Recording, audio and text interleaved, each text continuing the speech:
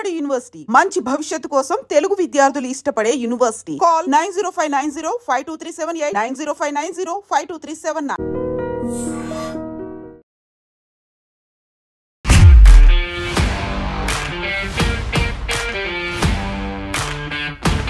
నమస్తే, నేను Kavitha. Welcome to I dream money matters with Anil AKV. Financial ప్లానింగ్లో ముఖ్యంగా వినిపించేది స్టాక్ మార్కెట్లు, బులియన్ మార్కెట్లు, షేర్లు, ఫండ్స్, ఇన్వెస్ట్మెంట్స్. ఇవన్నీ చాలామందికి అర్థం కాని ఒక పెద్ద పజిల్ లాగా, బ్రహ్మ పదార్థంలాగా కనిపిస్తుంటాయి. వాటి గురించి చాలా సింపుల్గా తెలుసుకోవాలంటే, అందులోనూ ఏబిసిడి నుంచి స్టార్ట్ చేయాలంటే ఏం చేయాలి? ఈ ఎపిసోడ్స్ని చూస్తే సరిపోతుంది. ఐ డ్రీమ్ కొత్త సిరీస్ని స్టార్ట్ చేస్తోంది, మనీ మ్యాటర్స్ విత్ అనిల్ ఏకేవితో. ఫైనాన్షియల్ ఎక్స్పర్ట్ అనిల్ గారు మనతో పాటుగా ఉన్నారు. అనిల్ గారు నమస్తే అండి. సో ఇప్పుడు మనకి యూజువల్గానే ఫైనాన్స్, మేనేజ్మెంట్, ప్లానింగ్, దాంట్లో మ్యూచువల్ ఫండ్స్ అనేవి ఉన్నాయి, ఇన్వెస్ట్మెంట్లు ఉన్నాయి. ఇవన్నీ కూడా చాలా వరకు పెద్ద క్వశ్చన్ మార్క్స్ లాగా కనిపిస్తూ ఉంటాయి కదా. సింప్లిఫైడ్ చేసి చూడాలి, అందరికీ అర్థమయ్యేలా చెప్పాలి. Right from the beginning, right from scratch అంటారు కదా, అక్కడి నుంచి స్టార్ట్ చేయాలి అంటే అన్నీ వాళ్ళకి అవైలబుల్గా చాలా సింప్లిఫైడ్గా, సింపుల్ టిప్స్ అంటారు, టెక్నిక్స్ అంటారు, వాటితో అర్థమయ్యేలా చెప్పాలి. ఏం చేద్దాం? అన్నీ చెప్దాం. Will train everything. ప్రతి విషయం కూడా క్షుణ్ణంగా వివరిద్దాం. ప్రతిదీ తెలుగులో మాట్లాడడానికి ప్రయత్నం చేద్దాం. ఓకే, సంపూర్ణమైన తెలుగులో తెలుగు వారి కోసము ఈ శీర్షికని, ఈ సిరీస్ని అందిద్దాం పూర్తి స్థాయిలో. బహుశా ఎంతసేపు పడుతుందో, ఎన్ని ఎపిసోడ్స్ పడుతుందో తెలియదు. బట్ మనం చేయాల్సింది ఏంటంటే, ఏదైనా సరే మధ్య మధ్యలో మిడిమిడిగా చెప్తే బాగోదు, కొద్ది కొద్దిగా చెప్తే బాగోదు. సంపూర్ణంగా, పరిపూర్ణంగా ఎడ్యుకేట్ చేయాల్సిన అవసరం మనకు కూడా ఉంది. ఒక ఎక్స్పర్ట్ లాగా, ఒక సామాజిక బాధ్యత అనుకోండి, లేకపోతే ఒక భావజాల వ్యాప్తి అనుకోండి. మొత్తానికి ప్రజలకు, చూసే వాళ్ళకు, ప్రేక్షకులకు, శ్రోతలకు, అందరికీ ప్రతి విషయాన్ని క్షుణ్ణంగా మనకున్న విచక్షణ పరిధిలో మన విజ్ఞానాన్ని, మన జ్ఞానాన్ని పంచాల్సిన బాధ్యత మనకుంది. ఆ పని చేద్దాం. స్వచ్ఛమైన తెలుగు భాషలో, మన అమ్మ భాషలో, మన మాతృభాషలో మాట్లాడుకుందాం. సో తెలుగు వారందరం తెలుగే మాట్లాడాలి. తెలుగు వారందరం తెలుగుని సగర్వంగా, గర్వంగా, మనం గొప్పగా భావిస్తూ, మన భాషని, మన తల్లిని మనం ఎలా ప్రేమిస్తామో మన మాతృభాషని అదే స్థాయిలో ప్రేమించి మన భాష కీర్తి పతాకాలు ఎగరేయాల్సిన అవసరం మనకి ఎంతైనా ఉంది. సీతక్క గారిని కొద్దిగా ఆవిడ గురించి చెప్పాల్సిన అవసరం వచ్చింది ఇప్పుడు. ఆవిడ నిన్ననో మొన్ననో తెలుగు అసెంబ్లీలో తెలుగులో సమాధానం చెప్పారు. చాలా గర్వంగా అనిపించింది. మన సోదరి మాన్యశ్రీ శ్రీమతి సీతక్క గారు, ఆవిడ పేరు అనసూయ అనుకుంటా, ధనసేరి అనసూయ గారు, శ్రీమతి ధనసేరి అనసూయ గారు. సో ఆవిడ తెలుగులో నాకు తెలుగు వచ్చని చాలా గర్వంగా మాట్లాడారు. అటువైపున్న గౌరవ సభ్యులకు ప్రశ్నకు జవాబుగా. అయితే ఆవిడ గురించి చెప్పాలి. ఆవిడ అజ్ఞాతం నుంచి వచ్చిన తర్వాత చదువు పట్ల అనురక్తితో, చదువు పట్ల ప్రేమతో తను లా చేశారు, ఎల్ఎల్బి చేశారు. దాని తర్వాత ఆవిడ పిహెచ్డి చేశారు. సో అయినా సరే ఎంతో నిరాడంబరంగా, ఎంతో సామాన్యంగా కరోనా సమయంలో 400-500 గ్రామాలు కాలినడకన వెళ్ళి పేద ప్రజలకు, గిరిజన తండాలకు తన సేవలు అందించారు. ఇప్పుడు మనం చెప్పే వరకు కూడా ఎవరికి తెలియదు ఆవిడ డాక్టర్ సీతక్క అనే విషయం ఎవరికి తెలియదు. పిహెచ్డి చేశారు, పూర్తి చేశారు. సో డాక్టర్ సీతక్క గారికి గౌరవ వందనాలు తెలియజేస్తూ మనం ఈ ప్రోగ్రాం ప్రారంభిద్దాం, తెలుగులో మాట్లాడదాం. సో ఇప్పుడు మనం ఫైనాన్షియల్ మేనేజ్మెంట్, ప్లానింగ్లు, బులియన్ మార్కెట్లు, షేర్లు, స్టాక్ మార్కెట్లు, బుల్స్, బేర్స్, ఏమేమో వినిపిస్తూ ఉంటాయి. అవన్నీ మన సబ్జెక్ట్స్ కావేమో అనిపిస్తుంది. బట్ ప్రతిసారి అక్కడ కేంద్ర మంత్రి బడ్జెట్ పెట్టినప్పుడు మాత్రం ఎదురు చూస్తూ ఉంటాం.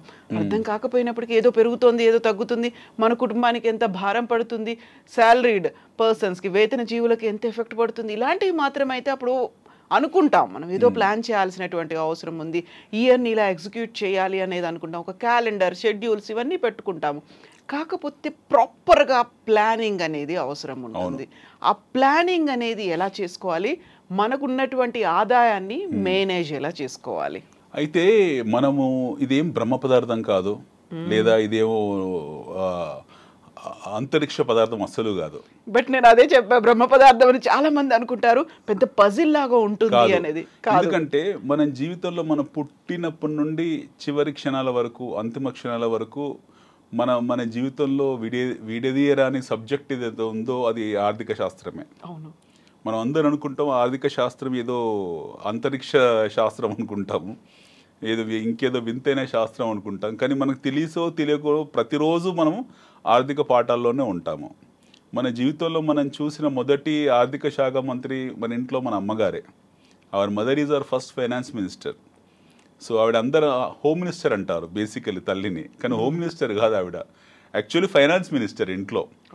సో ఎకనామిక్స్ అండ్ అఫైర్స్ అన్నీ కూడా ఆవిడే చూసుకుంటారు, తర్వాత హోమ్ మినిస్టర్ పాత్ర వహిస్తారు.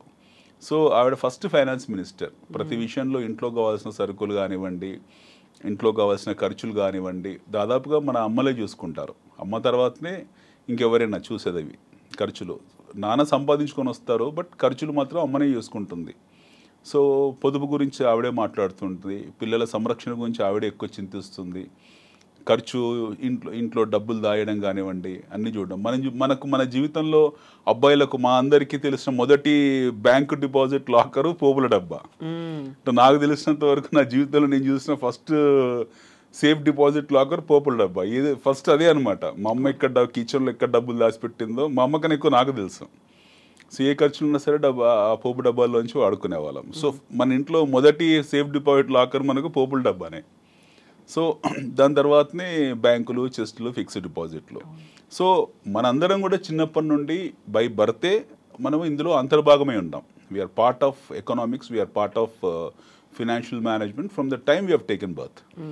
సో మన పుట్టికే ఖరీదైంది. Our birth itself is expensive. అది ప్రభుత్వ ఆసుపత్రి అయినా లేకపోతే ప్రైవేట్ ఆసుపత్రి అయినా సరే ఏదైనా కానివ్వండి, our outcome itself is an expensive affair. So అదొక పండుగ వాతావరణం విషయం పక్కన పెడితే ఖర్చుతో కూడుకున్న వాతావరణం. ఎట్ ది సేమ్ టైం మన ఎగ్జిట్ కూడా అవుతుందో, మన ఇక్కడ నుంచి వెళ్ళిపోవడం కూడా, ఈ భూమి నుండి వెళ్ళిపోవడం కూడా అవుతుందో, అది కూడా ఖర్చుతో కూడుకున్న పనే. సో మన రాక ఖర్చుతో కూడుకుంది, పోక ఖర్చుతో కూడుకుంది. ఈ మధ్యలో ఉన్న ప్రహాసనం ఏతుందో, మన బ్రతకడం ఏతుందో అంతా డబ్బుతోనే ముడిపడి ఉంది. ఎవ్రీ మూమెంట్, ప్రతి క్షణం కూడా డబ్బుతోనే ముడిపడి ఉంది. సో మన పుట్టుక, మన చావు మధ్యలో డబ్బుని మనతో విడదీరాలేమో. We cannot make ourselves dispensable from money. We are indispensable from money.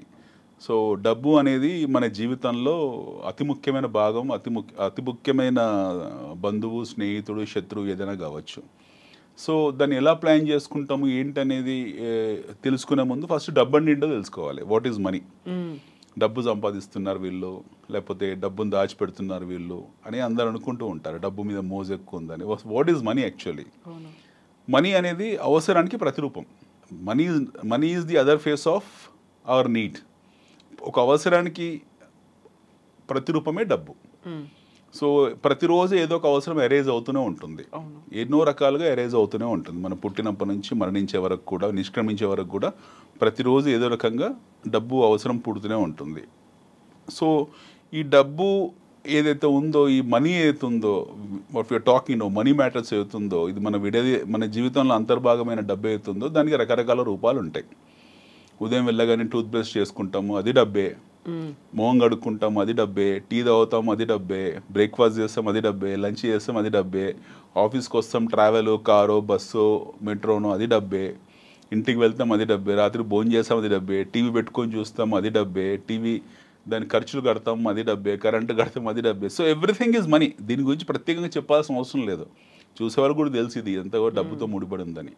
But ఇక్కడ మనం మాట్లాడుతుంది ఏంటంటే డబ్బుని ఎలా సంపాదించాలి, సంపాదించిన దాన్ని ఎలా పోగు చేయాలి, దాన్ని దాటి పోగు చేసే పద్ధతుల్లో డబ్బును సంపాదించే ప్రక్రియ గురించి మాట్లాడుతున్నాం. ఇంకో నెక్స్ట్ లెవెల్ గురించి మాట్లాడుతున్నాం. We're talking about money making money. So మనకు తెలిసిన ట్రెడిషనల్ పద్ధతులు ఏవైతే ఉన్నాయో, డబ్బు విషయంలో మనకు తెలిసిన సాంప్రదాయ పొదుపు పద్ధతులు ఏవైతే ఉన్నాయో, పూర్వకాలంలో మన తాత ముత్తాతల నుండి, మన పూర్వీకుల నుండి మనకు తెలిసింది ఏంటంటే డబ్బు ఉంటే ఫస్ట్ వాళ్ళు వ్యవసాయంలో పెట్టడము, లేదా భూమి కొనడము, లేదా బ్యాంక్ డిపాజిట్లు చేయడం, ఇలాంటి పనులు చేసేవాళ్ళు. ఇది మోస్ట్ ప్రిమిటివ్ మెథడ్. మొదట్లో చేసిన పద్ధతి. అప్ టు 19th సెంచరీ వరకు కూడా, 19వ శతాబ్దం వరకు కూడా ఇదే పద్ధతిని అవలంబించేవాళ్ళు. కానీ ప్రపంచం ఏం చేసింది? 19th సెంచరీ తర్వాత, 19వ శతాబ్దం తర్వాత ప్రపంచంలో ఇండస్ట్రియలైజేషన్ ఏర్పడింది. సో పారిశ్రామికరణ ఏర్పడింది. అదైతే ఎప్పుడైతే ఏర్పడిందో అప్పటికి మనలాంటి వెనకబడ్డ దేశాలు, లెటస్ టేక్ ఫ్రమ్ 1950 ఆన్వర్డ్స్, మన స్వాతంత్రం వచ్చిన తర్వాత నుంచి లెక్కేసుకుందాం. మన అంతకు పూర్వం ఏం జరిగిందనే విషయం పక్కన పెడదాము, ఆ తర్వాత నుంచి లెక్కేసుకుందాం. 1950 వచ్చేప్పటికి మనం చాలా అతిపేద దేశం, మనం నిరుపేద దేశం మనది, వెరీ బ్యాక్వర్డ్ కంట్రీ. సో చాలా బ్యాక్వర్డ్ కంట్రీస్లో కొద్దిమంది మాత్రమే డబ్బున్న వాళ్ళు ఉండేవాళ్ళు, 1% సొసైటీ మాత్రమే డబ్బు ఉండే సొసైటీ ఉండేది. మిగతా 99% సొసైటీ పేదవాళ్ళు ఉండేవాళ్ళు. There is nothing called as middle class section. ఆ రోజు మిడిల్ క్లాస్ సెక్షన్ అనేది ఏమీ లేదు, ఉండేది పేదవాళ్ళు, డబ్బు ఉన్నవాళ్ళు. ఈ 2 సెక్షన్స్లోనే ఉండేవాళ్ళం మనకు స్వాతంత్రం వచ్చిన తర్వాత. సో పారిశ్రామికరణ అయితే జరగడం మొదలుపెట్టిందో మనకి మిడిల్ క్లాస్ అనే సెక్షన్ ఏర్పడింది.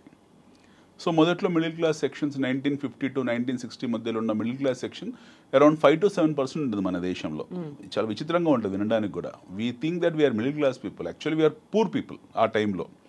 We have only 2 category of economic societies. ఒకటి డబ్బున్న సొసైటీ, ఇంకోటి నిరుపేద సొసైటీ. పేదరికం కూడా కాదు, నిరుపేదరికం.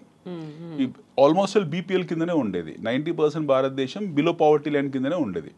అందులో 70% మందికి ఒకే పూట భోజనం చేసేవాళ్ళు ఈ 1950s ఆ టైంలో. 1960s తర్వాత గరీబీ హటావో ఈ నినాదాలన్నీ పుట్టడానికి కారణం కూడా ఈ పేదరికమే. ఎందుకంటే అప్పటికి మనము వలసదారుల పాలనలో ఉన్నాం, వలస పాలనలో ఉన్నాం, విదేశీ పాలనలో ఉన్నాము. వాళ్ళు మనం పీడించుకొని మన దగ్గర ఉన్న వనరులను తీసుకొని వెళ్ళిపోయారు. చాలా డిస్గస్ట్ సిట్యువేషన్లో ఉన్నాము.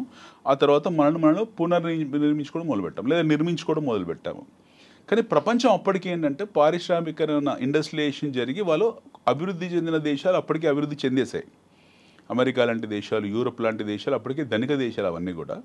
ఆసియా దేశాలు ఏవైతే ఉన్నాయో మనలాంటి దేశాలు అప్పుడే ఏర్పడ్డ భారతదేశం కావచ్చు, మనం ఇండియా, అప్పటికి బంగ్లాదేశ్, పాకిస్తాన్ అంతర్భాగమే మన దేశం కావచ్చు, మన కిందన్న శ్రీలంక కావచ్చు, అక్కడున్న వియత్నాము, అక్కడున్న even Japan for that matter వెనుకబడ్డ దేశం, చైనా చాలా ఆకలి కేకలతో ఉండే దేశము. సో ఇలాంటి ఆసియా దేశాలన్నీ కూడా చాలా వెనుకబడ్డ దేశాలు, ఆర్థికంగా చాలా వెనుకబడ్డ దేశాలు. ఆఫ్రికా, ఈరోజు కూడా ఆఫ్రికాలో 70% వెనుకబడ్డ దేశాలు ఆర్థికంగా. సో అప్పుడు రిచ్ కంట్రీస్ అంటే యూరప్, అమెరికా, ఈ 2 డబ్బున్న ధనిక దేశాలు, మిగతా దేశాలన్నీ కూడా పేద దేశాలు. So 2 category of sections of societies ఉండదు. డబ్బున్న దేశాలు, developed countries or developed economies అనేవాళ్ళము. రెండోది వచ్చేప్పటికి పూర్ కంట్రీస్, పూర్ నేషన్స్, పేదవాళ్ళు అనేవాళ్ళు. ఎందుకంటే వీళ్ళందరూ నిజంగా పేదవాళ్ళు, వీళ్ళందరూ కూడా. 1960s 1970s తర్వాత మొదటి పారిశ్రామిక విప్లవం ఏర్పడింది. ఎక్కడ? ఈ పేద దేశాల్లో. అప్పటికి అభివృద్ధి చెందిన దేశాలు వదిలేద్దాము, పేద దేశాల్లో, మనలాంటి పేద దేశాల్లో పారిశ్రామికరణ జరగడం మొదలుపెట్టింది. అమూల్ లాంటివి, ఆపరేషన్ ఫ్లడ్, ఆపరేషన్ వైట్, ఇలాంటివన్నీ కూడా అప్పుడే మొదలయ్యాయి. సో మొదటి పారిశ్రామిక విప్లవం, ఇండస్ట్రియల్ రెవల్యూషన్ ఏర్పడిన తర్వాత మనకు మిడిల్ క్లాస్ అనే సెక్షన్ మొదటిసారిగా వచ్చింది. అంటే ఉత్పత్తి వ్యవస్థ ఏర్పడము, చాలామంది వ్యవసాయం నుంచి ఉత్పత్తి వ్యవస్థ వైపు వెళ్ళడము, కార్మికులుగా మారడము, డైలీ వేజెస్ నుంచి వాళ్ళు మంత్లీ వేజెస్ వైపు వెళ్ళారు. అంటే డైలీ వేజెస్ వాళ్ళు మంత్లీ వేజెస్, సాలరీడ్ ఎంప్లాయీస్ కింద మారిపోయారు. సో లైఫ్ లిటిల్ సెక్యూర్ అయింది వాళ్ళకు. సో ఇలా కార్మిక రంగం ఒకటి ఏర్పడింది, వర్కింగ్ క్లాస్ ఏర్పడింది. దాని తర్వాత మనకు మళ్ళీ 1970s to 1980s మధ్యలో రెండో పారిశ్రామిక విప్లవం వచ్చింది మనకు, సెకండ్ ఇండస్ట్రియల్ రెవల్యూషన్. అప్పటికి మనం లైసెన్స్ రాజులోనే ఉండేవాళ్ళము, బట్ స్టిల్ మనకు పరిశ్రమలు ఏర్పడ్డాయి. ప్రపంచవ్యాప్తంగా ఉన్న పరిణామాలు ఏవైతున్నాయో మన మీద విపరీతమైన ప్రభావం చూపించి మనను కూడా ఇంకొక అడుగు ముందుకేసేలా చేసింది 1980 వరకు కూడా. 1990s తర్వాత ఏం జరిగింది? మనకు నూతన సరళీకృత ఆర్థిక విధానాలు రావడము, గ్లోబలైజేషన్ రావడము, ఫారెన్ డైరెక్ట్ ఇన్వెస్ట్మెంట్ రావడం, భారతదేశంలో రకరకాలుగా, మన దేశంలో రకరకాల ఉత్పత్తి వ్యవస్థలు ఏర్పడ్డాయి 1990s తర్వాత. సో మన నిజమైన ప్రయాణం, మన దేశం తాలూకు నిజమైన ప్రయాణం మొదలైంది 1991 తర్వాత. అంటే ఎగ్జాక్ట్లీ అరౌండ్ 44 years మన ప్రయాణం మొదలైంది. 33 years, 33-34 ఏళ్ళు అయింది మన ప్రయాణం మొదలయ్యి. మన దేశ ప్రయాణం, నిజమైన ప్రగతి మొదలయ్యి 33-34 సంవత్సరాలు, అంతగానే కోగాలేదు. సో ప్రపంచం గ్లోబ్లో మనం తీసుకొని మనం ముందు పెట్టుకుంటే, పట్టం తీసుకొని ముందు పెట్టుకుంటే, మనం అన్ని దేశాల్లో చూసుకుంటే వాళ్ళందరూ 70 ఏళ్ళు, కొంతమంది 100 ఏళ్ళు, కొంతమంది 200 ఏళ్ళు, కొంతమంది కనపడతాయి మీకు. కానీ మన దేశం మాత్రం మన ప్రయాణం మటుకు మొదలై 30 సంవత్సరాలే.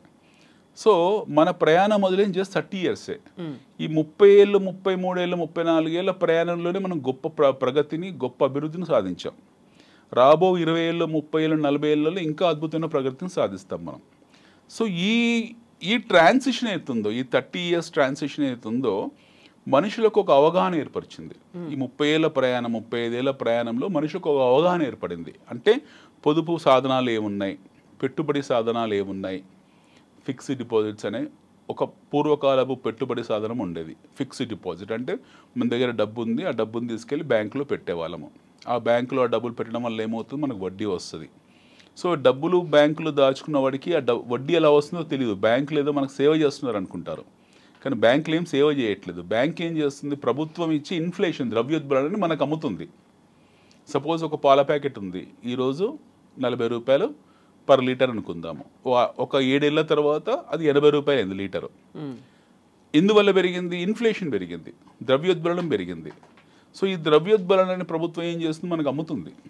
ఏ రూపకంగా అమ్ముతుంది, ఫిక్స్డ్ డిపాజిట్ రూపకంగా బ్యాంకుల ద్వారా అమ్మిస్తుంది. మీడియా ఎవరి మధ్యలో, బ్యాంక్. సో బ్యాంక్ ఏం చేస్తుంది, మనకు మీరు మా దగ్గర డబ్బులు దాచిపెట్టుకోండి, ఆయన డబ్బులు దాచిపెట్టుకుంటే మీకు 6-7 ఏళ్ళకో మీకు డబ్బులు ఇచ్చేస్తామని చెప్తున్నారు. But they're actually selling inflation. So మనం పెట్టిన 1,00,000 రూపాయల బ్యాంకులో ఒక 6-7 ఏళ్ళ తర్వాత 2 లక్షలు మనం తీసుకొని మనం బయటకు వచ్చిన తర్వాత ఏదైనా వస్తువు కొనుక్కుంటే అన్ని డబుల్ అయి ఉంటాయి. సో ఒక 7 ఇయర్స్ తర్వాత మన డబ్బు డబుల్ అయింది. బట్ బయటకు వచ్చిన తర్వాత వస్తువు కొనుక్కుందాం అనుకున్న వస్తు సేవలు ఏవైతుంటే వాడు వినియోగించుకోవాలనుకున్నప్పుడు ఆ వినిమయ ఖర్చు కూడా మనకు డబుల్ అయి ఉంటుంది. సో నెట్ మనం లాస్ అయిపోయాం. సో ఈ గ్యాప్లో ఏం చేస్తాం, మనం డబ్బుని పొదుపు చేసుకున్నాం బ్యాంకులో, అనుభవించలేకపోయాం దాన్ని, ఇంకో సాధనాల్లో దాన్ని డైవర్ట్ చేయలేకపోయాము, ఇంకో సాధనాల్లో అందులో పెట్టి దాన్ని ఆ డబ్బుని వృద్ధి చేయలేకపోయాము. మనం ఇన్ఫ్లేషన్ కొనుక్కున్నాము, ద్రవ్యోల్బణం కొనుక్కున్నాము. తిరిగి చూస్తే ఏంటంటే వినిమయ శక్తిని మనం ఎప్పుడైతే ఉత్పత్తి వ్యవస్థ వైపు మళ్లించాలని చూసామో, లేదా ఏదైనా వస్తువు కొనుక్కోవాలి, ఆ సేవ పొందాలని చూసామో, మనకు వస్తువు ధరలు డబుల్ అయిపోయాయి. సో మనం లాస్లో ఉన్నాం కంపారిటివ్లీ. సో ఇది ఫస్ట్ ఆర్థోడాక్స్ సాంప్రదాయబద్ధమైన పెట్టుబడి, ఫిక్స్డ్ డిపాజిట్.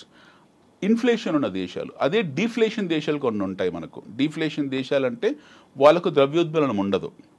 సో మనం తీసుకెళ్ళి బ్యాంకులో డబ్బు పెట్టుకున్నా సరే వాటికి ఉపయోగం లేదు, వాళ్ళు ఏం మనకు వడ్డీలు ఇవ్వరు. ఉదాహరణకు జపాన్ ఉంది ఫర్ ఎగ్జాంపుల్. 1945లో రెండో ప్రపంచ యుద్ధం సమయంలో పూర్తిగా ధ్వంసం అయిపోయింది. Hiroshima Nagasaki 1945 August 6th 8th రోజు ఆ 2 నగరాలన్నీ పూర్తి స్థాయిలో ధ్వంసం చేశారు. దాదాపుగా సర్వనాశనం అయిపోయిన దేశం అది జపాన్. కాకపోతే వాళ్ళు తర్వాత కాలంలో అద్భుతంగా ప్రగతిని సాధించారు. ఓడల మీద వ్యవసాయం చేశారు, ఇసుక నింపి. స్థలం సరిపోకపోతే వాళ్ళు సముద్రాన్ని కొద్దిగా ముందుకు ఆక్రమించి కబలించారు. ప్రతిరోజు వాళ్ళకు భూకంపాలు వస్తాయి. రెక్టర్ స్కేల్ మీద 7-8 డిగ్రీలు ప్రతిరోజు భూకంపాలు వస్తాయి.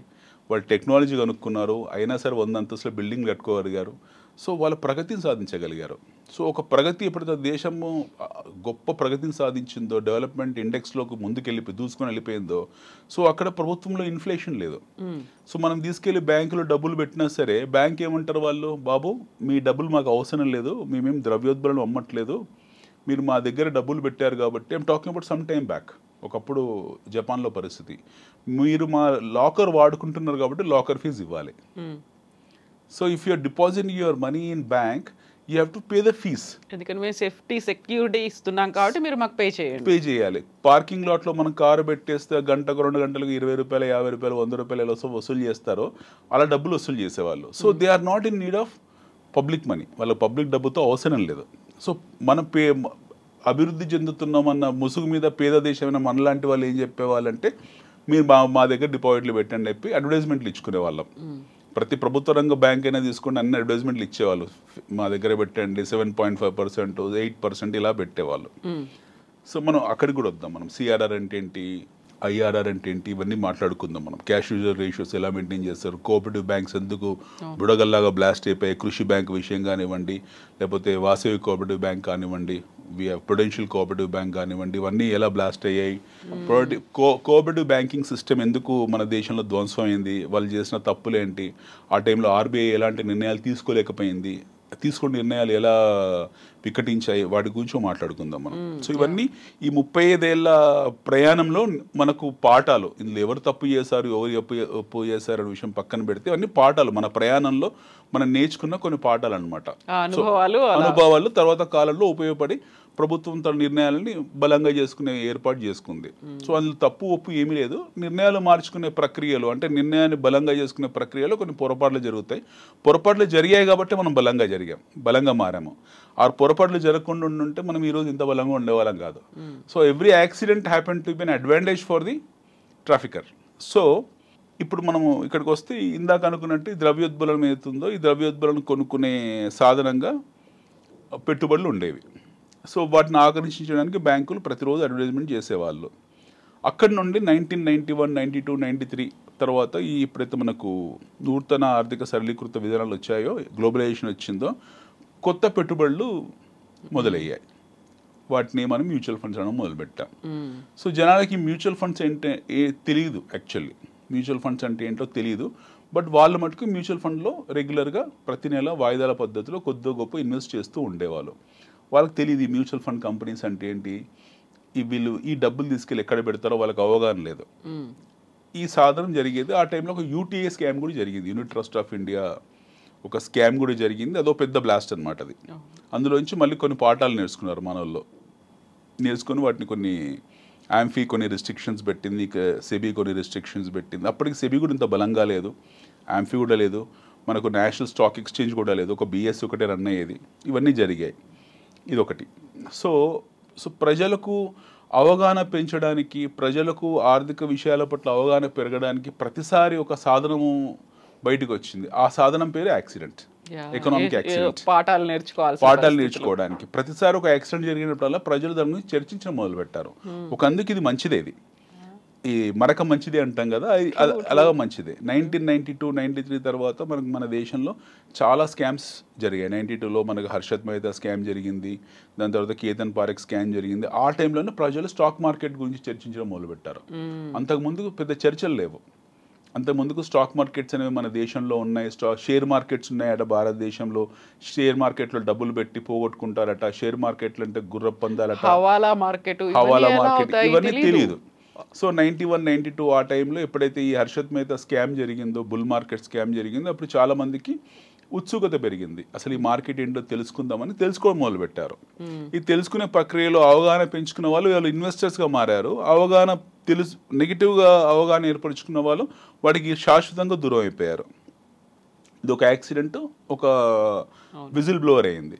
దాని తర్వాత యూటీఏ స్కామ్ జరిగింది. యూటీఐలో బేసికలీ మ్యూచువల్ ఫండ్స్ అని చెప్పి, లేకపోతే యూటీఐ 64, 84 ఏదో స్కీమ్ పెట్టారు వాళ్ళు.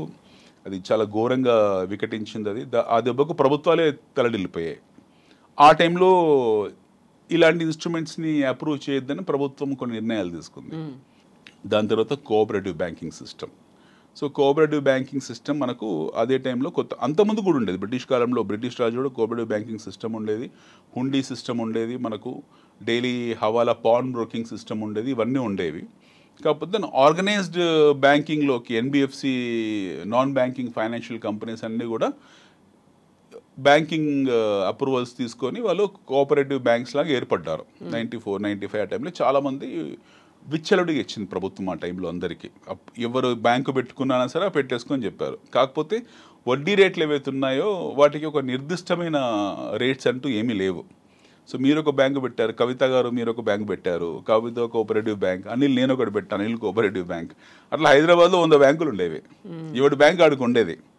ఏ కులం వాళ్ళ బ్యాంకులు పెట్టేసుకున్నారు, ఏ వర్గం వాళ్ళ బ్యాంకులు పెట్టేసుకున్నారు. అట్లా మీకు చాలా చార్మినార్ బ్యాంక్ వచ్చింది, ప్రుడెన్షియల్ కోఆపరేటివ్ బ్యాంక్ వచ్చింది, రకరకాల బ్యాంక్స్ వచ్చాయి. కృషి బ్యాంక్ పుణ్యం అని చెప్పి కృషి బ్యాంక్ చాలా కృషి చేసింది ఈ విషయంలో.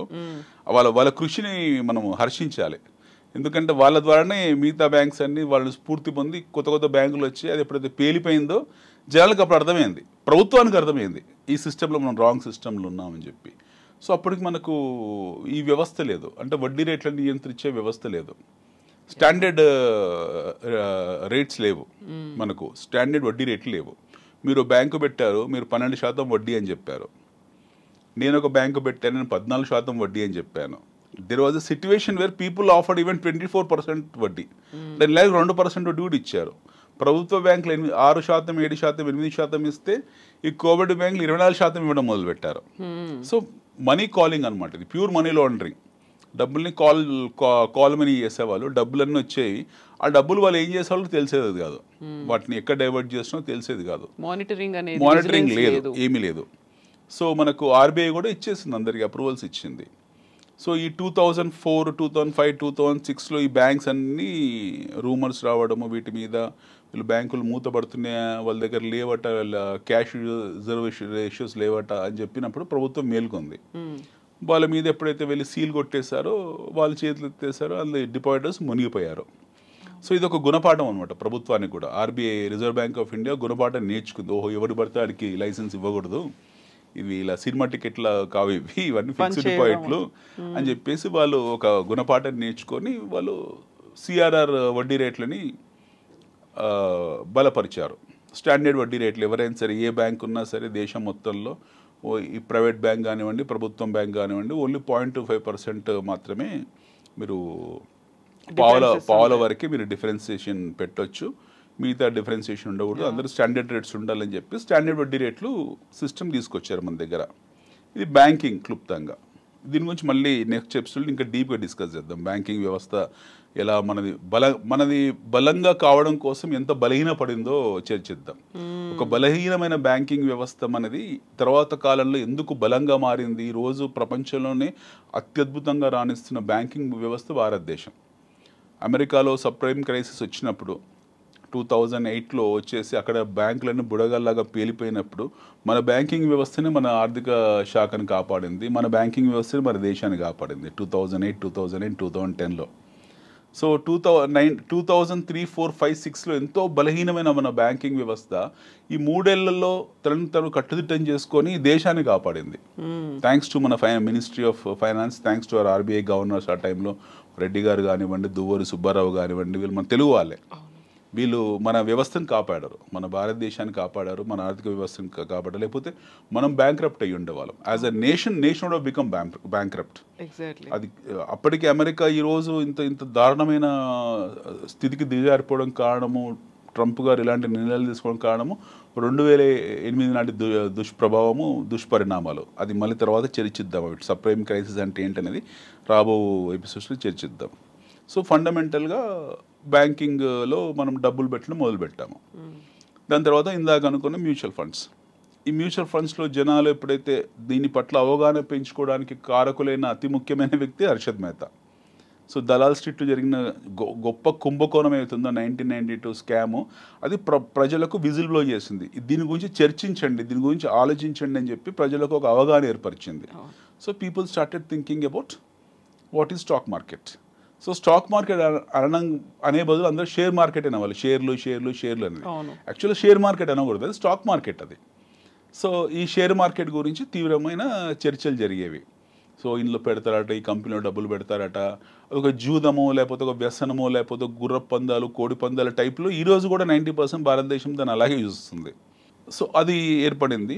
జనాలు కొంచెం తెలివైన వాళ్ళు, చదువుకున్న వాళ్ళు, లేకపోతే అమాయకంగా గుడ్డిగా నమ్మిన వాళ్ళు ఎవరైతున్నారో ఆ టైంలో మంచి కంపెనీస్, మంచి మ్యూచువల్ ఫండ్స్లో పెట్టుకున్న వాళ్ళు తర్వాత కాలంలో వాళ్ళు బాగా పెరిగాయి. వాటి రిటర్న్ ఆఫ్ ఇన్వెస్ట్మెంట్ ROIs చాలా వచ్చాయి. కాంపౌండెడ్ బెనిఫిట్స్ని అడ్వాంటేజ్ కింద తీసుకున్నారు వాళ్ళు.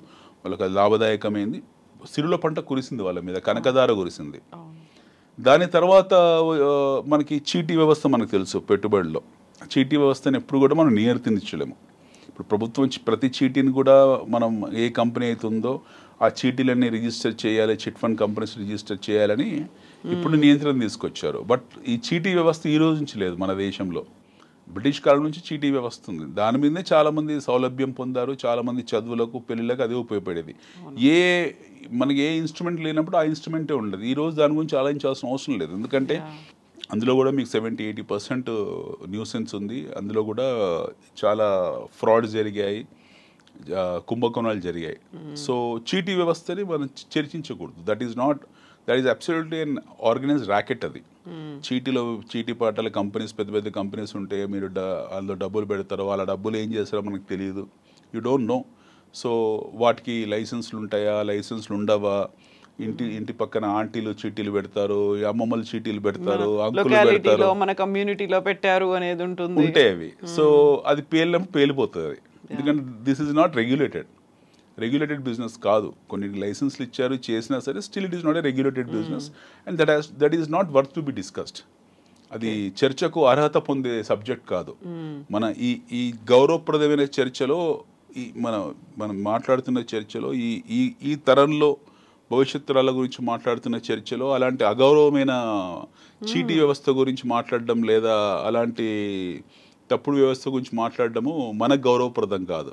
కాబట్టి చీటీలను తీసి పక్కన పెట్టేద్దాం. So that has to be discarded from our discussion. మన చర్చలోంచి దాన్ని తొలగించేద్దాం. సో మనం మాట్లాడుకున్నది ఫిక్స్డ్ డిపాజిట్, ప్రభుత్వము అమ్ముతున్న ద్రవ్యోల్బణం, వేరే అక్కడ సేఫ్టీ ఉంది, కాకపోతే మనం ద్రవ్యోల్బణం కొనుక్కుంటున్నాం. సో మీ క్యాపిటల్ సేఫ్టీ ఉంది, బట్ క్యాపిటల్ డిప్రిషియేట్ వస్తుంది, తరుగుతూ వస్తుంది బయటికి వచ్చినప్పుడు. ఫిక్స్డ్ డిపాజిట్ మాట్లాడాము. తర్వాత మ్యూచువల్ ఫండ్స్ ఎలా ఏర్పడిందో, ఇంకా మ్యూచువల్ ఫండ్స్ పూర్తిగా మాట్లాడలేదు. నెక్స్ట్ మనకు వచ్చేప్పటికీ దాని తర్వాత ఉన్న ఈ చీటీలు అర్హత లేని చర్చ కాబట్టి అది పక్కన పెట్టేసాము. ఇక్కడ మాట్లాడుకోవాల్సింది గోల్డ్. ఎస్, ఇన్వెస్ట్మెంట్లు అనబోతున్నాను నేను. ఇన్వెస్ట్మెంట్లు అనగానే గోల్డ్ ఇన్వెస్ట్మెంట్లు ఒక దశలో దేశాన్ని కాపాడింది కూడా గోల్డ్ నిల్వలే.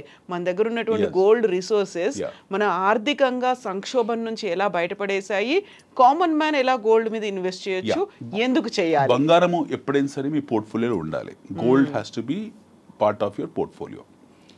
బంగారం అనేది ఖచ్చితంగా మీ పోర్ట్ఫోలియోలో ఉండాల్సిన ఇన్స్ట్రుమెంట్ అది. ఓకే, బంగారాన్ని వస్తువు అని చూడకూడదు. బంగారం అనేది ఒక ఇన్వెస్ట్మెంట్ మోడల్లో కిందనే వస్తుంది అది. సో మీరు కేటగిరీస్ చేసినప్పుడు మీ అసెట్ని మీ అసెట్ అలొకేషన్స్ని కేటగిరీస్ చేసినప్పుడు, అంటే మళ్ళీ అది కూడా చర్చిద్దాము.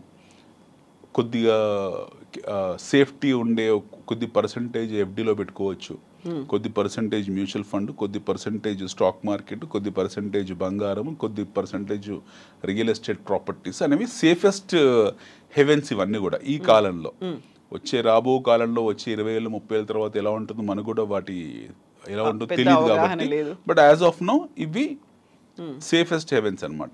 ఎస్, బంగారం కూడా వచ్చేప్పటికి ఏంటంటే, బంగారం అనేది మీరు గత 100 సంవత్సరాల దాని ట్రాక్ రికార్డ్ తీసుకున్నా సరే, బంగారం దాని ఏ నిష్పత్తిలో తీసుకున్నా, ఎలాంటి రేషియోస్లో తీసుకున్నా అది ఎప్పటికైనా సరే విలువైన సంపదనే. ఎందుకు అని అంటే బంగారానికి 2 కారణాలు ఉన్నాయి. ఒకటి, ప్రతి దేశం కూడా బంగారం నిల్వలు పెట్టుకుంటుంది. ఎందుకు బంగారం నిల్వలు పెట్టుకుంటారంటే, ఎందుకు దేశాన్ని బంగారం నిల్వలతో చూస్తారు అని అంటే, సపోజ్ అనుకుందాం ప్రపంచ దేశాలన్నీ యుద్ధాల్లో వచ్చాయి, లేదా కరోనా లాంటి ఒక అనివార్య పరిస్థితి దుష్పరిణామం ఏర్పడింది. అన్ని దేశాలు బ్యాంక్రప్ట్ అయిపోయాయి, కరెన్సీలు చెల్లని పరిస్థితి వచ్చాయి, ఏ బార్టర్ సిస్టమ్ పనిచేయట్లేదు, ఆహార నిల్వలు లేవు, దేశాలన్నీ కూడా దివాలా తీశాయి. ఆ టైంలో కామన్ డినామినేటర్ ఎక్స్చేంజ్ కింద మనం చూడాల్సింది విలువైన వస్తువు ఏది ఉందంటే బంగారం మాత్రమే. సో ఆ టైంలో బంగారం మాత్రమే ఒక విలువైన వస్తువుగా ఉంటుంది. సో బంగారానికి ఒక ట్రెడిషనల్ వాల్యూ అనుకుంటాం, కానీ ఈ వాల్యూ ఉంది, యాక్చువల్లీ ఎకనామిక్ వాల్యూ. బంగారం అనేది ఎకనామిక్ వాల్యూ, తర్వాత ట్రెడిషనల్ వాల్యూ. సో మనకు ఏంటంటే, మన తాత ముత్తాతల నుంచి లేదా మన పూర్వీకుల నుండి కొన్ని వందల వేల సంవత్సరాల నుంచి సగటు భారతీయుడికి బంగారం పట్ల మోజుని, కనకము మీద మోజు మనకు ఉంది ఎప్పటి నుంచి. మన పురాణాల్లోంచి, ఇతిహాసాల్లోంచి అసలు బంగారం లేని భారతీయుడు లేడు. మహాభారత కాలం నుంచి బంగారం యొక్క ప్రాముఖ్యత మనకు మన ఇతిహాసాలు, పురాణాలు తెలుసో తెలియకో మనకు ఒక పొదుపుని ఇన్కల్కేట్ చేశారు. వి షుడ్ బి వెరీ మనం చాలా థ్యాంక్ఫుల్ అనమాట. మనం చాలా కృతజ్ఞతగా ఉండాలి. మన పురాణాలకి, ఇతిహాసాలు మనకు ఎన్నో నేర్పించాయి. పొదుపు విషయాల్లో మనకు తెలుసో తెలియకో వాళ్ళు మన మైండ్లో పెట్టేశారు అవన్నీ కూడా. సో బంగారం తాలూకు విలువలు మనకి ఎప్పటి నుంచో తెలుసు. సో మీరు మొత్తం మన రామాయణం తీసుకున్న, మన మహాభారతం తీసుకున్న, పుష్పక విమానం తీసుకున్న, ఏది తీసుకున్నా చూడండి, ప్రతి కూడా బంగారం గురించి చర్చ ఉంటుంది. ప్రతి విషయం కూడా బంగారం గురించి. నగలు,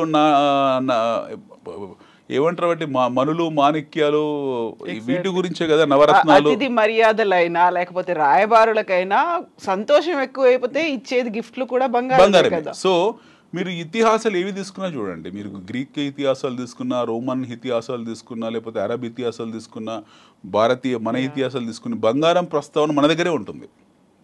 మిగతా దగ్గర ప్రస్తావన ఉన్నా సరే దోపిడీ ఇలాంటి ప్రస్తావనలు ఉంటాయి తప్పిస్తే, ఈ వజ్రాల వైడ్యూర్యాల గురించి వేటలో ఇవే ఉంటాయి తప్పిస్తే, బంగారం తాలూకు ప్రాముఖ్యత, దానికి ఉన్న దైవత్వము, బంగారాన్ని దేవుడితో సమానంగా పూజించడము, బంగారము మనకు అక్షయ తృతీయ లాంటివి ఇలాంటివి మనకు మాత్రమే, ఇంకెవరికి లేవు. సో అంత ప్రాముఖ్యత కలిగిన వస్తువుని మనకు తెలుసో తెలియకనో మొత్తానికి మన పూర్వకాలం నుండి మన వాళ్ళందరూ కూడా బంగారం తాలూకు ఇంట్రెస్ట్ పొదుపు సాధనంగా మనకు పెట్టేశారు. మనం కూడా మన పెళ్ళిళ్ళలో, పేరంటాల్లో మనకు ఆడపిల్లలకు, మన మగ పిల్లలకు, మన మన ముందు తరాల వాళ్ళకు కూడా మనం బంగారం తయారు చేసి వెళ్ళేవాళ్ళం, లాంఛనాలుగా ఇవ్వడం, లాంఛనాలుగా. సో బంగారం అనేది వస్తు మార్పిడియే కాదు, అదొక సంపద. రెండోది వచ్చేప్పటికి ఏంటంటే భూమి, బంగారం అనేది మన మన జీవితంలో ఒక గొప్ప అంతర్భాగాలు. ఈ రెండు కూడా అతి ముఖ్యమైన సాధనాలు ఇవి, భూమి ఉండడము, బంగారం ఉండడము. సో ఆ పరంపర అవుతుందో అది కొనసాగిస్తూ అలాగే వచ్చాము. ఇప్పుడు మనం ఇక్కడికి వద్దాము. మీరన్న ఆర్థిక సంక్షోభంలో ఆ టైంలో మనకి ఏం చేశారు, ఆ టైంలో మన బంగారాన్ని తీసుకెళ్ళి లండన్ బ్యాంకులోనూ తాకట్టు పెట్టారు కొద్ది కాలం పాటు. ఆ టైంలో బంగారమే ఆదుకుంది.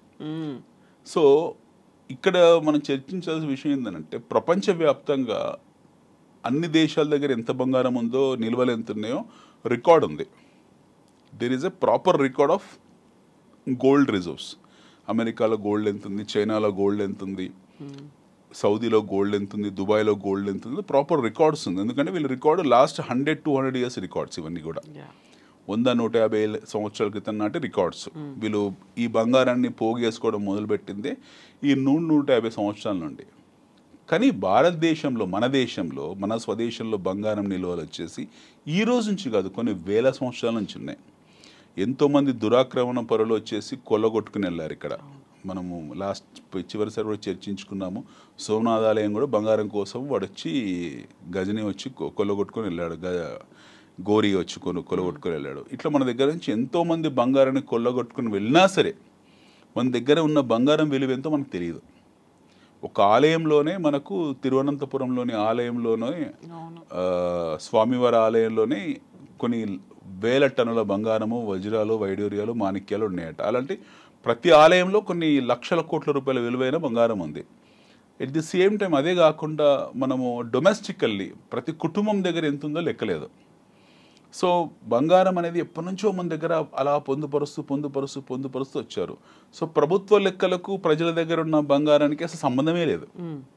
మన ప్రభుత్వ లెక్కలు ఆడిట్ అకౌంట్లో ఉన్న గోల్డ్ ఎక్స్ అనుకుంటే ప్రజల దగ్గర ఉన్న గోల్డ్ X10 X20 ఉంటుంది.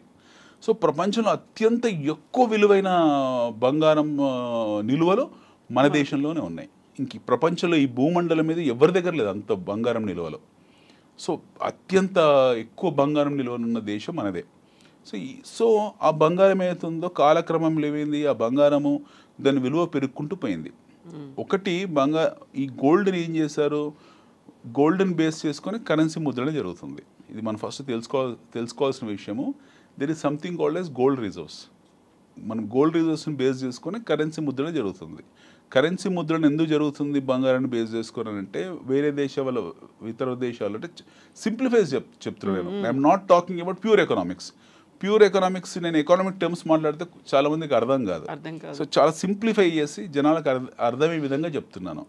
బంగారం విలువని దృష్టిలో పెట్టుకొని ప్రింట్ చేస్తాం, మనం నోట్లని ప్రింట్ చేస్తాం. అంటే నోట్లను ప్రింట్ చేయడానికి రకరకాల కారణాలు ఉన్నాయి, ప్రమాణాలు ఉన్నాయి. బట్ బేసిక్ ఏంటంటే ట్రెడిషనల్గా, ఆర్థోడాక్స్గా, సాంప్రదాయబద్ధంగా బంగారాన్ని దృష్టిలో పెట్టుకొని నోట్ల ముద్రణ జరిగేది.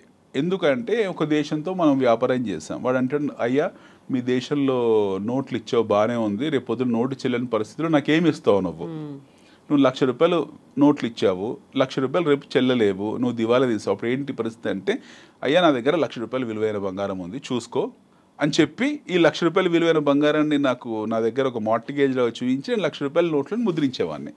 అర్థమైంది కదా? సో 1,00,000 రూపాయల విలువైన బంగారం నా దగ్గర ఉండేది. ఆ 1,00,000 రూపాయల విలువైన బంగారాన్ని నేను నోట్ల ద్వారా ముద్రించి పంచేవాడిని, అంటే వస్తు మార్పిడి కింద పంచేవాడిని. సో కాలక్రమంలో ఏమైందంటే ఈ కరెన్సీ నోట్లు దీనికి ప్రమాణాలు మారాయి, స్టాండర్డ్స్ మారాయి. ఓకే, అసెట్ అలొకేషన్స్ అనేవి మారాయి కాబట్టి తర్వాత లెక్కలు మారాయి. నా దగ్గర బంగారం రిజర్వ్స్ 20%కు నేను 20x500 ప్రింట్ చేసుకునే వెసులుబాటు ఏర్పరచుకున్నాను. Trade, commerce, trade deficit, economics, micro economics, GDP ratios ఇవన్నీ వచ్చి బంగారము స్టిల్ ఉంది. కాకపోతే మిగతా ఫ్యాక్టర్స్ కూడా ఇన్ఫ్లుయెన్స్ చేసి ముద్రణ ఎక్కువైపోయింది. ఇప్పుడు అమెరికా ఉంది ఫర్ ఎగ్జాంపుల్. అమెరికా వాళ్ళ దగ్గర ఉన్న బంగారం విలువలకు ఆల్మోస్ట్ 20% ముద్రణ చేశారు నోట్లని. సో ఎందుకనంటే వాళ్ళ కారణాలు వాళ్ళకు ఉన్నాయి. స్టిల్ వాళ్ళ డాలర్ డామినేషన్ ఉంది, అక్కడ కూడా వద్దాం చర్చలో. సో అలాగా బంగారం ఒక ఇంపార్టెంట్ సాధనం మనకు. సో బంగారం ఎంతవరకు ఉండాలి అని మనం అనుకున్నప్పుడు ఒక వ్యక్తి అతని జీవితకాలంలో బంగారం సంపాదించడంలో ఒక 20% అసెట్ అలొకేషన్ గోల్డ్కి పెట్టాల్సిందే. You have to allot around 15 to 20% towards gold. 15-20% బంగారానికి అలొకేట్ చేసుకోవాల్సిందే. నేను సాధారణ మధ్యతరగతి వ్యక్తిని దృష్టిలో పెట్టుకుని మాట్లాడుతున్నాను, రిచ్ క్లాస్ కోసం మాట్లాడట్లేదు. సాధారణ మధ్యతరగతి వ్యక్తిని, ఎవరైతే మెజారిటీ ఉన్నారో, మెజారిటీ మన ఇండియాలో ఉన్న 70% మెజారిటీని దృష్టిలో పెట్టుకొని మాట్లాడుతున్నాం. మన తెలుగు వాళ్ళలో ఎక్కువ మందికి బంగారం పట్ల మోజు ఉంటుంది కాబట్టి వాళ్ళని దృష్టిలో పెట్టుకొని చెప్తుంది. 15-20% గోల్డ్ కింద అసెట్ని అలొకేట్ చేసుకుని ఎప్పుడైనా సరే శాస్త్రీయం, అది శాస్త్రబద్ధం. ఒకటి మనం అనుకుంది మొదట్లో ఫిక్స్డ్ డిపాజిట్ కొద్ది పర్సంటేజ్ అందులో ఉండాలి, కొద్ది percent, very little percent fixed డిపాజిట్లో ఉండాలి ఇన్ టర్మ్స్ ఆఫ్ ఎమర్జెన్సీ ఉన్నప్పుడు. తర్వాత వచ్చేసి మ్యూచువల్ ఫండ్ కొద్దిగా మీరు పెట్టుకోవాల్సి ఉంటుంది. నెక్స్ట్ బంగారం గురించి మాట్లాడాం మనం. We spoke about gold. ఒక సాధనంగా బంగారం అనేది ఒక పెట్టుబడి సాధనంగా ఖచ్చితంగా బంగారం ఉండాలి. సో 5% పడిందా, 6% పడిందా, 10% పడిందా మనకు సంబంధం లేదు. బంగారం గ్రాఫ్ గత 100 సంవత్సరాలు తీసుకుంటే మీరు పెరుగుకుంటూ పోతూనే ఉంది. ఇప్పుడు ఒక ప్రశ్న, మౌలికమైన ప్రశ్న వస్తుంది, బంగారం ఉత్పత్తి పెరుగుతే ఎలాగా? మొన్న రాశారు మనకు ఒరిస్సాలో ఏదో బంగారం నిధులు కనబడ్డాయని పేపర్లో ఇక్కడ చూశాను నేను. పాకిస్తాన్లో బంగారం నిల్వలు ఉన్నాయి అని ఎవరు రాశారు. సో ఇవన్నీ ఏంటంటే ఒకవేళ ఉన్నాయి అనుకుందాము, ఈ బంగారం ధర కన్నా కూడా కాస్ట్ ఆఫ్ ఎక్స్కవేషన్ అవుతుందో, అంటే బంగారాన్ని వెలికి తీసే ప్రక్రియ అవుతుందో, ప్రహాసనం అవుతుందో, ఇది బంగారం కన్నా ఖరీదైంది. సో బంగారం వెలికితీత ప్రోగ్రామ్ అయితే ఉంటుందో అది బంగారం కన్నా ఖరీదు. ఈరోజు అనుకుందాం ఒక గ్రామ్ బంగారం 8,000 ఎంతో ఉంది. సో ఒక గ్రాము బంగారం వాడు వెలికి తీయాలి, శుద్ధి చేసి మార్కెట్లో తీసుకోవడానికి 10,000 అవుతుంది. అప్పుడు దాన్ని ఆ ఫామ్లోకి తీసుకురావాలంటే మనకు ఆ రేట్ అవుతుంది. సో అందువల్ల ఏంటి, ఒకవేళ మన దగ్గర బంగారం ఉన్నా సరే, ఈరోజు బంగారము మన దగ్గర నిలువలు ఉన్నా సరే, ఖనిజాలు ఉన్నా సరే భూగర్భంలో, వాటికి ఆ వెలికితీత ప్రోగ్రాము, ఆ వెలికితీత కార్యక్రమం నిజమైన బంగారం కన్నా కూడా ఖరీదైంది. సో ఇప్పుడున్న కాలంలో బంగారాన్ని తక్కువ చౌక ధరకు వెలికి తీసేంత టెక్నాలజీ మనకు లేదు, భవిష్యత్తు ఉంటుందో మన నమ్మకం లేదు. సో భూగర్భంలో ఎక్కడో ఉంటుంది, అది భూ పొరల్లో ఎక్కడో ఉంటుంది. దాని తాలూకు ఎక్విప్మెంట్స్ కానివ్వండి, దానికి తాలూకు ఇన్స్ట్రుమెంట్స్ కానివ్వండి లేవు ప్రస్తుతానికి. సో ఒకవేళ మన దగ్గర ఒరిస్సాలో బంగారం దొరికినా, లేకపోతే పాకిస్తాన్లో బంగారం దొరికినా అవన్నీ ఉత్తవే. బంగారం ఏదైతుందో ఈ రోజు ఉన్న నిలువలే ఈరోజు భూమి మీద మనకు అవైలబిలిటీ ఉన్నంత వరకు కూడా మనిషి వెళ్ళి తవ్వగలిగినంత బంగారం ఈరోజు తవ్వేశారు. మనకు 2 గొప్ప గనులు ఉండేవి. ఒకటి కోలార్ గోల్డ్ మైన్స్ ఉండేవి మన కర్ణాటకలో, తర్వాత హట్టి గోల్డ్ మైన్స్ ఉంది ఇక్కడ కర్ణాటకలో. 2 కర్ణాటకలోనే. అవి 2 హట్టి గోల్డ్ మైన్స్ మనకి యాక్చువల్లీ గోల్కొండ మైన్స్ కిందే వచ్చేది ఒకప్పుడు, మన నిజాం రాజులు పరిపాలించినప్పుడు ఈ మన దక్కన్ పీఠభూమిలోనే వచ్చేది హట్టి గోల్డ్ మైన్స్. మన చాలా దగ్గర, దూరం కూడా కాదు, very near to us. 2 Kolar. ఈ రెండింటిని తవ్వేశారు. ఇంకా అందులో ఏమీ లేదు బయటికి తీయడానికి. ఇప్పుడు KGF మూవీలో చూపించారు, అది కొద్ది అంతా అవన్నీ వస్తేవే మూవీస్. బట్ బ్రిటిష్ వాళ్ళు కోలార్ గోల్డ్ మైన్స్ మొత్తం తవ్వేశారు. అక్కడ ఏం లేదు, అక్కడ nothing, there is nothing, zero అనమాట. హట్టి గోల్డ్ మైన్స్ అవుతుందో అది కూడా మొత్తం తవ్వేశారు, అక్కడ కూడా ఏమీ లేదు. సో మన దగ్గర మన దేశంలో ఉన్న నిలువల్లో ఆల్మోస్ట్ 99% తవ్వకం జరిగింది, వెలికితీత జరిగింది, అది వాడకంలోకి వచ్చేసింది. సిమిలర్లీ మీకు ఆఫ్రికాలో ఉన్న గోల్డ్ మైన్స్ ఏవైతున్నాయో అవి కూడా తవ్వేశారు. ఇప్పుడు ఈ రోజు కాదు, దాదాపు 100 సంవత్సరాల క్రితమే వీటిని తవ్వారు. ఇప్పుడున్న నిల్వలు ప్రపంచవ్యాప్తంగా అక్కడక్కడ వెనిజులాలో కొద్దిగా అంటున్నారు, కొద్దిగా అర్జెంటీనాలో, కొద్దిగా బ్రెజిల్లో అంటున్నారు, ఇంకా కొద్దిగా ఆఫ్రికాలో మిగిలి ఉంది అంటున్నారు. కొన్ని దేశాల్లో అక్కడక్కడ బంగారం నిధులు, బంగారము ఉన్నాయి అంటున్నారు తప్పిస్తే అవన్నీ గుప్త నిధులే. ఆ వెలికితీత అనేవి మనం వెళ్ళి గుప్త నిధుల కోసం తవ్వకాలు చేసినట్టే తప్పిస్తే అది వర్చువల్గా ఇన్ రియాలిటీ వచ్చేది ఏమీ లేదు అందులో. సో ఈ ప్రయత్నాలు జరిగాయి, ఫెయిల్ అయిపోయారు. అన్ని దేశాలు కూడా, ఆస్ట్రేలియాలో చాలా ప్రయత్నాలు జరిగాయి బంగారం వెలికితీత కోసం. గోల్డ్ హంటింగ్ ఆస్ట్రేలియా బాగా చేశారు, కొలరాడోలో గోల్డ్ హంటింగ్ బాగా చేశారు. మనకి ఇక్కడ అమెరికాలో మూవీస్ వచ్చాయి, మీకు మెకనస్ గోల్డ్ లాంటి మూవీస్ వచ్చాయి గోల్డ్ హంటింగ్ మీద. గోల్డ్ హంట్, గోల్డ్ కోస్ట్ ఇలాంటి చాలా మూవీస్ ఉంటాయి మీకు. వాటి మీద జరిగినన్ని కౌబాయ్ మూవీస్, వెస్ట్ మూవీస్ ఇంకెక్కడ, క్లాసిక్ వెస్ట్ మూవీస్ ఇంకెక్కడ లేవు. సో గోల్డ్ అనేది ఆల్మోస్ట్ ఆల్ ఎక్స్టింటెడ్, అంతరించిపోయింది. మనిషికి కనుచూపు మేరల్లో మన దగ్గర ఉన్న పరికరాల పరిధిలో లేని బంగారం ఏతుందో అది ఉపయోగానికి రాదు. వాటిని ఉపయోగాలకు తేవాలనుకునే ప్రయత్నం కూడా అది పిచ్చి ప్రయత్నం, వెర్రి ప్రయత్నమే అవుతుంది. ఎందుకనంటే ఈరోజు 8 గ్రాముల బంగారం భూమిలోంచి వెలికి తీయాలనుకుంటే అది 20,000 రూపాయలు అవుద్ది. సో ఈ ప్రయత్నాలు అక్కడక్కడ రష్యాలో అక్కడ జరుగుతున్నాయి తప్పిస్తే ఉపయోగం లేదు. So as of no gold which is there which will remain as it is intact. So బంగారము ఒక సాధారణంగా మనం ఇంతకాలం ఇప్పుడు మాట్లాడుతుంది గోల్డ్ రిజర్వ్స్ కింద మాట్లాడాము. అంటే ప్రభుత్వం తన దగ్గర గోల్డ్ రిజర్వ్స్ కింద పెట్టుకుంటుంది, జనాలు ఆర్నమెంట్ కింద పెట్టుకుంటారు. దాని తర్వాత ఏమైపోయింది, కాలక్రమంలో గోల్డ్ ఈటీఎఫ్ కింద మారింది, ఎలక్ట్రానిక్ ఎక్స్చేంజ్ ట్రేడెడ్ ఫండ్ కింద మారిపోయింది అది. సో అది కూడా చర్చిద్దాం ఈటీఎఫ్ అంటే ఏంటనేది.